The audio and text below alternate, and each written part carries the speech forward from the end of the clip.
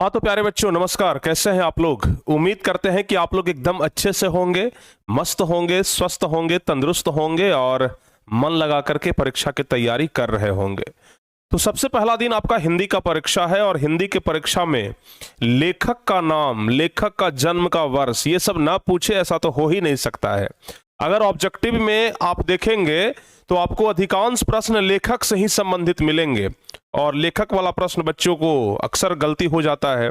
तो भाई आप लोगों को हम इसके पहले वाले वीडियो में बता दिए थे कि लेखक का नाम याद करने का ट्रिक क्या है, कि कौन से चैप्टर का लेखक कौन है, उसका नाम हम लोग कैसे याद रख सकते हैं। इसका ट्रिक तो आप लोग को ऑलरेडी बताया गया है और लाखों बच्चों तक वो वीडियो भी पहुंच गया है, लाखों बच्चों उस वीडियो को देख भी लिए हैं। लेकिन बच्चों का अब एक सवाल और उत्पन्न हो रहा था कि गुरुजी लेखक का जन्म और मृत्यु का साल कैसे याद करें, लेखक का जन्म कब हुआ, लेखक का मृत्यु कब हुआ। अब भाई देखो, एक बात तो कहते हैं, लेखक का मृत्यु तो बहुत कम ही पूछता है परीक्षा में, लेकिन जन्म की अगर बात किया जाए तो जन्म तो भाई बार बार पूछता है। बताइए इनका जन्म कब हुआ, उनका जन्म कब हुआ, बार बार लेखक का जन्म पूछता है। तो कम से कम प्यारे बच्चे हम लोगों को जन्म तो जरूर याद रखना होगा, लेकिन हम यहां पर लेखक का जन्म और मृत्यु दोनों आपको बताने वाले हैं। तो चलिए, यह वीडियो आपके लिए बहुत ही ज्यादा शानदार होने वाला है और पहला दिन के परीक्षा में ही ये बहुत ही ज्यादा काम करेगा। पहला दिन के परीक्षा में इतना बढ़िया से काम करेगा कि आप लोग कहिएगा कि सर अगर ये चीज, ये वाला वीडियो आज अगर नहीं देख करके जाते तो बहुत बड़ा हमसे आज मिस्टेक हो जाता। चलिए प्यारे बच्चे, हम लोग क्लास को शुरू करते हैं और बिहार बोर्ड मैट्रिक परीक्षा के लिए ये शानदार ट्रिक हम लोग देखते हैं, और ट्रिक ऐसा जो जीवन भर स्टूडेंट ना भूले। ठीक है ना? अगर 5 साल के बाद आपका कोई छोटा भाई भी अगर मैट्रिक का तैयारी करेगा ना, तो आप उसे ट्रिक बता सकते हैं कि लो भाई, जन्म का, ये लेखक का जन्म और मृत्यु का साल याद नहीं होता है, इस वाले ट्रिक से याद कर लेना, तुरंत याद हो जाएगा। ठीक है ना? तो चलिए वही ट्रिक प्यारे बच्चों आपको हम बताते हैं, और जो बच्चे इसके पहले वाला वीडियो नहीं देखे उनको थोड़ा बहुत समझ आ जाएगा कि लेखक का नाम याद करने का ट्रिक कौन सा है। चलिए हम क्लास को आगे बढ़ाते हैं, और हाँ, क्लास को आप लोग शेयर जरूर कर दीजिएगा अपने सभी दोस्तों के बीच में, अपने व्हाट्सएप ग्रुप में, हर एक जगह पर क्लास को शेयर जरूर करिएगा। और अगर ये ट्रिक अच्छा लगे तो वीडियो को लाइक जरूर कर दीजिएगा। हाँ, लेकिन इस क्लास को शुरू करें, ये ट्रिक आपको हम दें उससे पहले हम आपको बता दें कि हो सकता है कि बहुत सारे ऐसे बच्चे हो जिनको ये ट्रिक अच्छा ना लगे, हो सकता है कि बहुत सारे बच्चे ऐसे हो जिनको ये ट्रिक बहुत अच्छा लगे, तो संभावना दोनों है। तो बस ये ट्रिक बस इसलिए है ताकि चीजें याद हो जाए, आसानी से याद हो जाए, समझ गए ना? और अगर ये चीजें आसानी से आपको याद हो जाएंगी तो हमारे लिए बेहतर ही है। बाकी ट्रिक तो भाई अपना मन से उपजता है, अपना मन से बनता है, चाहे कुछ भी रहे, कुछ भी कह लें, बस ट्रिक के माध्यम से हमको ये याद रखना है। तो अगर आप लोग ट्रिक आपको अच्छा लगे तो उसको फॉलो करिएगा, अगर ट्रिक अच्छा ना लगे, अगर इससे भी आसान ट्रिक अगर आपके पास है याद करने का, या फिर पहले से याद किए हुए हैं, तो वहां से भी आप लोग कर सकते हैं। चलिए, तो लेखक का जन्म और मृत्यु साल बाय ट्रिक के द्वारा प्यारे बच्चों आपको बताते हैं। देखिए हमारे पास ये चार्ट है, गद्य खंड की बात करते हैं, और आज हम मुख्य रूप से गद्य खंड की ही बात करेंगे क्योंकि गद्य खंड में ही लेखक का जन्म और मृत्यु का साल ज्यादा पूछा जाता है। 95% मामले में ऐसा होता है जिसमें जन्म का साल पूछा जाता है। 5% ही संभावना है कि आपसे मृत्यु का साल पूछा जाए। ठीक है ना? मात्र 5% संभावना है कि आपसे मृत्यु का साल पूछा जाए। ठीक है? मृत्यु का साल मात्र 5%, जन्म का साल 95%। ठीक है ना? याद रखिएगा। देखिए पाठ का नाम है प्यारे बच्चे श्रम विभाजन और जाति प्रथा। हम आपको ट्रिक क्या बताए थे लेखक के नाम याद करने का, कि श्रम विभाजन और जाति प्रथा के लेखक कौन है भाई? भीमराव अंबेडकर। कैसे याद रखेंगे? तो श्रम विभाजन कौन नहीं करता है? श्रम विभाजन कौन नहीं करता है? तो भीम के पास इतना ज्यादा ताकत था, भीम के पास इतना ज्यादा ताकत था कि भीम कहते थे कि देखो भाई, हमको श्रम का विभाजन करके मत दो, हमको काम का बंटवारा करके मत दो, हम ऐसे ही क्या कर लेंगे, काम कर लेंगे। तो इसलिए श्रम विभाजन के लेखक कौन? भीमराव अंबेडकर। ये तो हम लोग याद कर लिए थे। अच्छा, आप देखिए जन्म का ट्रिक हम लोग कैसे याद रखेंगे, कब, ईयर का नाम कैसे याद रखेंगे। सबसे पहले अगर हम लोग पूरे गद्य खंड की बात करें, पूरे गद्य खंड की बात करें, तो एक चीज आपको कॉमन देखने के लिए मिलेगा, सिर्फ 3 ही लेखक ऐसे हैं, सिर्फ 3 लेखक ऐसे हैं जिनका जन्म 1800 के पहले हुआ है, बाकी सभी लेखक का नाम 1900 के बाद हुआ है। ठीक है ना, सबसे पहले ध्यान रखिए, जिसमें भीमराव अंबेडकर, इनका जन्म 1800 से पहले हुआ, एक मैक्स मुलर है जिनका जन्म 1800 से पहले हुआ, और एक महात्मा गांधी है जिनका जन्म 1800 से पहले हुआ। यानी कि सिर्फ 3 ही लेखक ऐसे हैं जिनका जन्म 1800 से पहले हुआ है, बाकी बाद जितने भी सारे लेखक हैं उनका जन्म 1900 के बाद हुआ है। तो सबसे पहले क्या करेंगे, जन्म का ईयर लिखने का तो सबसे आसान ट्रिक है, सब में हम 19 लगा देंगे, ठीक है ना, सिर्फ 3 को छोड़ करके। 1891 भीमराव अंबेडकर को, मैक्स मुलर को और गांधी जी को। भीमराव अंबेडकर, मैक्स मुलर और गांधी जी, इसको भी याद रखने का एक ट्रिक है। सिर्फ जो लोग प्यारे बच्चे आजादी की लड़ाई में थे, ठीक है ना, जो लोग आजादी की लड़ाई में थे उनका जन्म 1800 से पहले हुआ। जैसे गांधी जी आजादी की लड़ाई में थे, 1800 से पहले जन्म हुआ। ये भीमराव अंबेडकर 1800 से पहले जन्म हुआ, और एक मैक्स मुलर का नाम याद रखना है। तो पहला ट्रिक तो आपका ऐसे ही लग गया।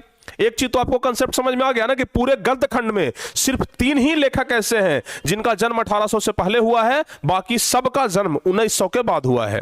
तो 3 लेखक में पहला तो आ जाएंगे ये भीमराव अंबेडकर, दूसरा महात्मा गांधी, 2 तो याद हो गया, तीसरा मैक्स मुलर याद कर लीजिएगा, ठीक है ना। मैक्स मुलर भारत से ही संबंधित है, यानी कि ये भी देश की आजादी से न कह लीजिए, ठीक है ना। तो ये प्यारे बच्चे 3 लेखक 1800 से पहले, बाकी सब 1900 के बाद। तो एक चीज तो कॉमन है, 19 हम सब में लगा देंगे, देख लीजिए 19 सब में लगा देंगे। अब बस हमको 2 अंक याद रखना है, ठीक है। अब हमको ओनली टू डिजिट याद रखनी है, यानी कि यहां पर इसके बाद 2 अंक, इसके बाद 2 अंक, इसके बाद 2 अंक, इसके बाद 2 अंक, मतलब आप देख रहे हैं सब में 19 लगा हुआ है। सिर्फ अब हमको 2 अंक याद रखना है, तो खेला बच गया है अब सिर्फ 2 अंक का। अब हमें ये 2 अंक कैसे याद रखना है, और इसी के लिए प्यारे बच्चे ये ट्रिक बनाया गया है कि आप इस ट्रिक की मदद से ये 2 अंक याद रख सकते हैं। तो एक चीज तो याद हो गया ना कि सिर्फ 3 लेखक ऐसे हैं जिनका जन्म 1800 से पहले हुआ, एक भीमराव अंबेडकर, दूसरा महात्मा गांधी और तीसरा मैक्स मुलर, और बाकी सबका जन्म 1900 के बाद हुआ है। अच्छा अब देखिए, अब आपको हम ट्रिक समझाते हैं। जैसे है भीमराव अंबेडकर, ट्रिक क्या, कैसे याद रखेंगे कि इनका जन्म 1891 में हुआ है, कैसे याद रखेंगे, इसका एक ट्रिक है। देखिए आमतौर पर अगर कोई नॉर्मल व्यक्ति है तो उसका वजन अगर 18 साल में हम लोग निकालेंगे तो बड़ी तो 50-60 किलो होगा। अगर कोई एक नॉर्मल व्यक्ति है, नॉर्मल बच्चा, जैसे आप ही लोग, आपका उम्र हो सकता है 14-15 साल रहे, 18 साल वाले लोगों का उम्र कितना होगा, 18 साल वाले उम्र के लोगों का वजन कितना होगा, 40, 50, 60 किलो, 70 किलो। लेकिन भीम का शरीर चूंकि बहुत विशालकाय था, भीम का शरीर बहुत विशालकाय था, और इसलिए भीम जो है वो 18 साल में ही 91 किलो के हो गए थे, ठीक है, याद रहेगा। भीम जो है वो 18 साल में ही कितने किलो के हो गए, 91 किलो के हो गए। ऐसे ही भीम नहीं थे, नॉर्मल आदमी 18 साल की उम्र में 50-60 किलो के होता है, लेकिन भीम जो थे वो 18 साल की उम्र में ही 91 किलो के हो गए, ठीक है। तो याद रह जाएगा ना, भीम 18 साल की उम्र में 91 किलो, तो 1891, ठीक है। ये आपका पहला चैप्टर का ट्रिक लग गया। 18 साल की उम्र में 91 किलो, तो जवाब हो गया 1891, याद रहेगा।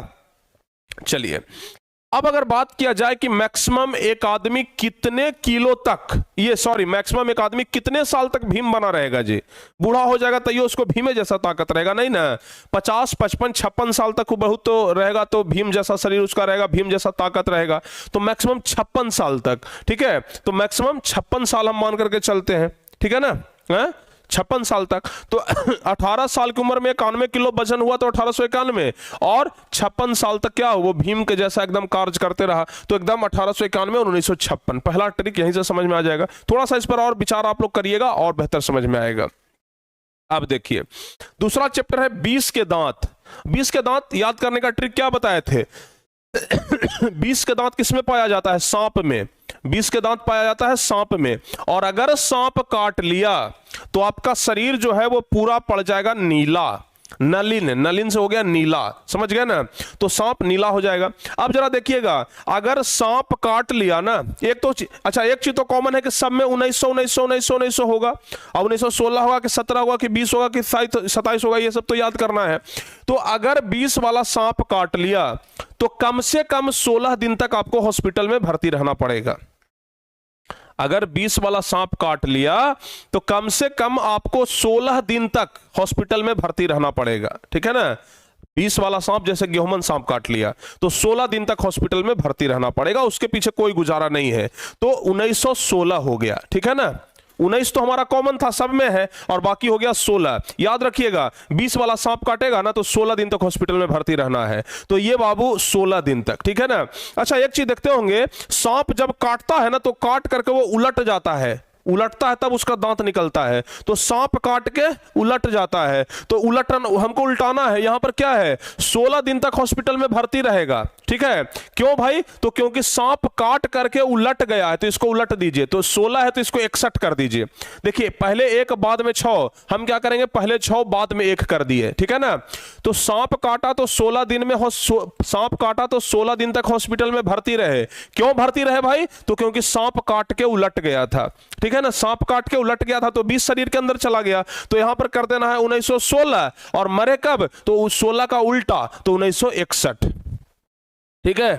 मृत्यु कब हुआ, 1961, तो ये हो गया 1916 और ये हो गया 1961। याद रहेगा, याद रहेगा, हाँ 1916 1961 याद रहेगा ना। चलिए दो को तो हो गया जी, पहला चैप्टर और दूसरा चैप्टर का ट्रिक तो आप लोग समझ गए। अब तीसरा चैप्टर है भारत से हम क्या सीखें। तीसरा चैप्टर क्या है, भारत से हम क्या सीखें। अच्छा देखिएगा जरा ध्यान से, सीखने का जो उम्र होता है किसी भी आदमी का, सीखने का जो उम्र होता है 18 साल से 23 साल तक होता है किसी भी आदमी का, बनने का या बिगड़ने का, सीखने का, ये सब उम्र ना 18 साल से 23 साल तक होता है। अगर 18 से 23 साल की उम्र में आप बन गए तो अच्छी बात है, बिगड़ गए तो पूरा जीवन बिगड़ जाता है। तो सीखने का उम्र 18 से 23 साल, ठीक है ना, 18 से 23 साल तक सीखने का उम्र। तो भारत से हम क्या सीखें, तो सीखने का उम्र कितना है बाबू, सीखने का उम्र कितना है 18 से 23, तो 18 से 23 हो गया। सीखने का उम्र 18 से 23, तो ये हो गया 18 से 23, याद रहेगा ना। सीखने का उम्र 18 से 23।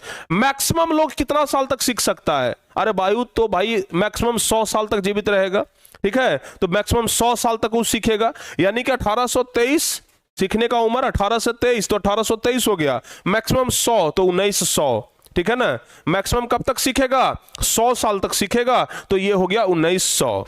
कैसा लग रहा है ट्रिक, ट्रिक आप लोग को कैसा लग रहा है जरा एक बार बताइएगा। ट्रिक आप लोगों को कैसा लग रहा है जरा एक बार बताइए आप लोग फटाफट से। अच्छा लग रहा है ना, बहुत बढ़िया, बहुत बढ़िया लग रहा है ना। चलिए आगे, नाखून क्यों बढ़ते हैं, नाखून क्यों बढ़ते हैं। अच्छा ये बताइए, नाखून जो है वो 1-2 दिन बढ़ता है, नहीं ना, नाखून सप्ताह में 7 दिन बढ़ता है। नाखून जो है वो सप्ताह में 7 दिन बढ़ता है प्यारे बच्चे, ठीक है। तो नाखून कब बढ़ता है, सप्ताह में 7 दिन तक बढ़ता है। तो जवाब होगा नाखून 7 दिन बढ़ेगा तो हो जाएगा 07, समझ गए ना। 19 तो हमारा कॉमन है, सब में है, बाकी नाखून कब बढ़ता है तो 7 दिन, सप्ताह में 7 दिन बढ़ता है, तो नाखून 7 दिन बढ़ता है, तो जवाब हो गया 1907। अच्छा मैक्सिमम नाखून कब तक बढ़ सकता है, 80 साल तक व्यक्ति जीवित रहता है, 80 साल तक, ठीक है ना। तो जवाब हो गया 80 या 79, ठीक है ना, 79-80 याद रखिएगा, तो हो गया 79, ठीक है। ऐसे मृत्यु का साल हम कहते हैं कि अगर न भी याद करिएगा तो काम चल जाएगा।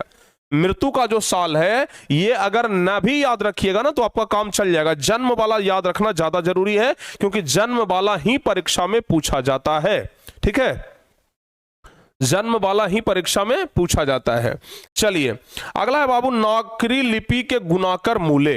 आपको हम याद रखने का ट्रिक क्या बताए थे कि नगर में जो टैक्स है वो कई गुना ज्यादा लगता है, गुणाकर।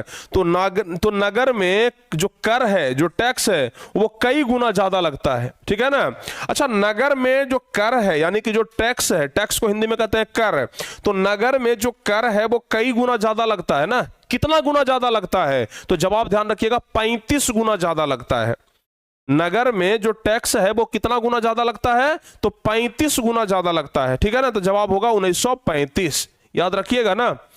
नगर में जो टैक्स है, जो कर है, वो कितना गुना ज्यादा लगता है, 35 गुना, तो जवाब होगा 1935, समझ गए ना।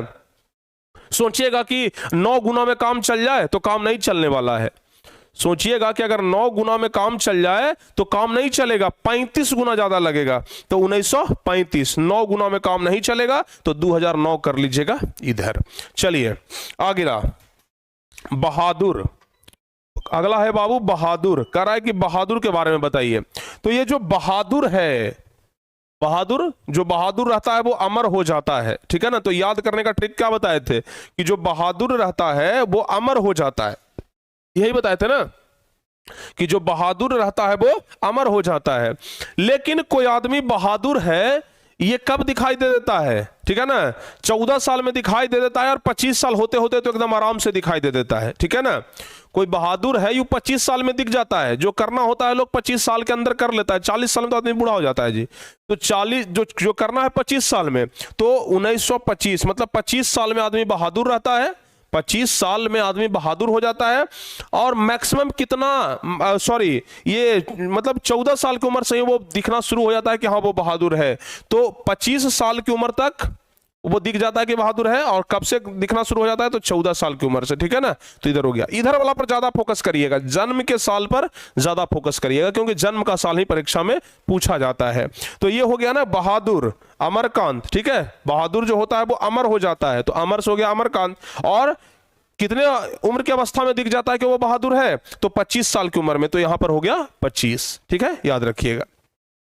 चलिए आगे बढ़ते हैं। परंपरा का मूल्यांकन राम विलास शर्मा। देखिए राम जी चाहते तो भाई भोग विलास कर सकते थे, लेकिन उन्होंने कहा कि नहीं, हम परंपरा को बचा करके रखेंगे, ठीक है ना। क्या कहा, परंपरा को बचा करके रखेंगे। तो राम जी जो थे वो 12 साल की उम्र में, चूंकि 12 साल में बच्चा जरा शरीक हो जाता है, मतलब कि थोड़ा जवान हो जाता है, उसको समझ बुझ हो जाता है, तो 12 साल की उम्र में ही राम जी अपनी परंपरा को बचाने में लग गए थे। कितने साल की उम्र में, 12 साल की उम्र में। और राम जी क्या कर लिए, चीजों को समझना शुरू कर दिए थे, और राम जी 2000 साल तक राज किए, ये याद रखिएगा। अब कितना राज किया हमको नहीं पता, लेकिन हम लोग ट्रिक याद कर लेंगे। राम जी 2000 साल तक अयोध्या में राज किए, ठीक है ना, 2000 साल तक। तो 12 बरस से लेकर के 2000 तक राम जी क्या किए, राज्य किए, ठीक है ना।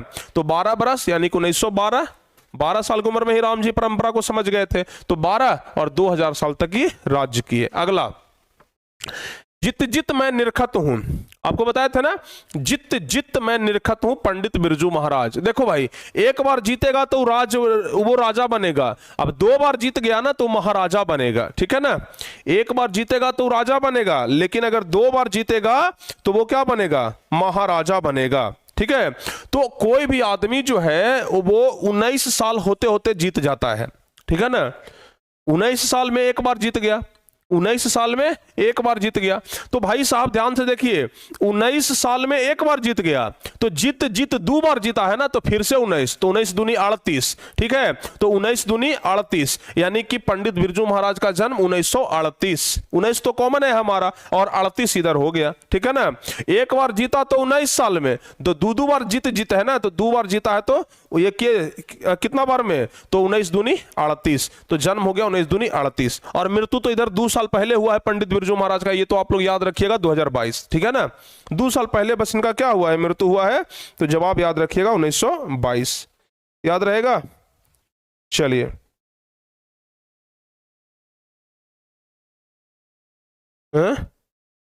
क्लियर हो गया बाबू। आगे बढ़ते हैं। अब देखिए, जित जित में निरखत हो गया ना, अब है आविन्यो। आविन्यो अशोक वाजपेयी, आविन्यो का क्या होगा बाबू, अशोक वाजपेयी। आप इंटरनेट पर सर्च करके देखिएगा, अशोक का पेड़ जो है ना वो मैक्सिमम 35-40 फीट तक ही बढ़ता है, हाईएस्ट 1 आध फीट और बढ़ जाएगा, 41 तक बढ़ेगा। अशोक का जो पेड़ है वो हाईएस्ट 41 फीट तक बढ़ता है, उससे ज्यादा नहीं बढ़ता है, ठीक है ना। तो अशोक का पेड़ 41 फीट तक बढ़ेगा। कितना फीट तक, 41 फीट तक बढ़ेगा, ठीक है। एकदम याद, ट्रिक से याद रखिएगा, अशोक का पेड़ कब तक बढ़ेगा, 41 फीट तक। अच्छा, मृत्यु का साल नहीं है, 3 में हम मृत्यु का साल नहीं दिए हैं, इसका मतलब यह हुआ या तो ये लेखक अभी जीवित है, या तो किताब में इसका चर्चा नहीं है कि ये कब मरे हैं, समझ रहे हैं ना। तो अभिन्यो के हो गया अशोक वाजपेयी। तो अशोक जो है वो ये अशोक का पेड़ 21 फीट तक बढ़ता है। ट्रिक के मदद से याद रखें ना, ट्रिक याद रखने में क्या दिक्कत है। चलिए अगला बाबू, मछली विनोद कुमार शुक्ल। मछली विनोद कुमार शुक्ल। देखो भाई, या तो आप ऐसे याद रखो कि विनोद जो है वो एक बार में 37 मछली खाता है। पहला ट्रिक तो ये याद हो जाएगा, विनोद जो है वो कितना मछली खाता है, तो 37 मछली खाता है। तो 37 मछली खाता है तो हो गया 37, 1937। या तो आप ऐसे याद रख सकते हैं कि विनोद जो मछली खाता है वो 250 ग्राम खाता है। 1 किलो मछली का दाम है 150 रुपया, तो 250 ग्राम का ना, तो भागा 4 करिएगा तो 37 रुपया कुछ पैसा आएगा। यानी कि अगर विनोद अकेले 250 ग्राम मछली खाता है, मछली का दाम है 150 रुपये किलो, तो लगभग 37 रुपया के मछली खा जाता है। तो या तो 37 रुपया के मछली खाता है या तो 37 को मछली खाता है। तो ऐसे करके याद रखिएगा कि मछली विनोद कुमार शुक्ल, और विनोद कुमार शुक्ल 37 मछली खाता है। तो विनोद अगर 37 मछली खाता है तो 37 हो गया, 1937 हो जाएगा। ठीक है ना। चलिए अगला है नौबत खाने में इबादत। एकदम शानदार ट्रिक, जीवन भर नहीं भूलिएगा भाई, ठीक है ना, जीवन भर नहीं भूलिएगा। अगला है बाबू कि नौबत खाने में इबादत। अच्छा, नौबत खाने में इबादत, देखिएगा जरा ध्यान से। नौबत खाने में इबादत, यतेंद्र मिश्र। 9 व्यक्ति को हम लोग बुलाए थे खाने में, खाने के लिए हम लोग 9 व्यक्ति को बुलाए थे, और 9 व्यक्ति को 7 बार पूछे कि अरे खा लो खा लो खा लो, लेकिन 9 व्यक्ति जो है वो एक बार से ज्यादा नहीं खाया। हम सोच रहे थे कि भाई 7 बार खिलाएंगे, लेकिन एक बार से ज्यादा नहीं खाया। तो 7 बार पूछे ना, तो यहां पर 1977, 7 1977 याद रखिएगा, 1977, 7 1977 हो गया। अच्छा, उसके बाद गांधी जी, तो गांधी जी का तो सबको ऐसे ही याद रहता है, उन्हें 1869 में जन्म हुआ और 1948 में उनका मृत्यु हुआ है। ठीक है ना। तो गांधी जी का तो ऐसे ही याद रहता है, इसको तो कोई दिक्कत ही नहीं है। गांधी जी का तो ऐसे ही याद रहता है बाबू, कोई दिक्कत नहीं है। तो कुल मिलाकर के ये 12 लेखक का नाम आप लोग जरूर याद रखिएगा। ठीक है ना। हाँ, 12 लेखक का नाम आप लोग जरूर याद रखिएगा। फिर से बता देते हैं हम आपको, फिर से बता दें क्या, फिर से बता दें, या फिर से बताने से बढ़िया है कि आप लोग वीडियो को ही एक बार दोबारा रिवाइज कर लीजिए। वीडियो को ही एक बार आप लोग दोबारा रिवाइज करके देख लीजिए, पुनः एक बार देख लीजिए। सभी बच्चों से रिक्वेस्ट है कम से कम 2 बार इस वीडियो को देखिएगा। ठीक है ना। तो 2 बार देखिएगा तो आपका पूरा मामला सेट हो जाएगा। ठीक है।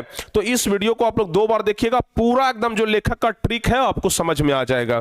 उसके बाद गद्य खंड वाला प्यारे बच्चे ट्रिक नहीं बना है। गद्य खंड या तो आप अपने मन से कोई ट्रिक बना लीजिए, या तो आप ऐसे ही याद कर लीजिए। ठीक है ना। गद्य खंड का ट्रिक बनाना थोड़ा सा मुश्किल है और समय भी बहुत ज्यादा लगेगा, तो इस वजह से इसका ट्रिक नहीं बन पाया है। फिलहाल आप लोग लेखक का नाम पूरा याद कर लीजिए, लेखक का जन्म साल याद कर लीजिए, मृत्यु साल याद कर लीजिए, इतना में आपका लगभग काम हिंदी में चल जाएगा। ठीक है ना। तो उम्मीद करते हैं कि ट्रिक आपको एकदम बढ़िया लगा होगा। कैसा लगा है ट्रिक एक बार जरूर बताइएगा कमेंट करके।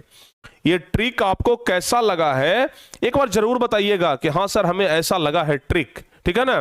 तो ट्रिक आप लोग हमें जरूर बताइए कि कैसा लगा है। अगर बढ़िया लगा है तो वीडियो को लाइक भी जरूर करिएगा, शेयर भी जरूर करिएगा, और जितने भी सारे आपके दोस्त हैं उनके पास जरूर बता दीजिएगा, शेयर कर दीजिएगा ना। जिनको जिनको नहीं याद हो रहा है सबके पास शेयर कर दीजिए, सब लोग सीख जाएंगे। ठीक है। और मिलते हैं प्यारे बच्चे फिर इसी प्रकार के और अगली क्लास में, अगली वीडियो में। तब तक के लिए जय हिंद, धन्यवाद।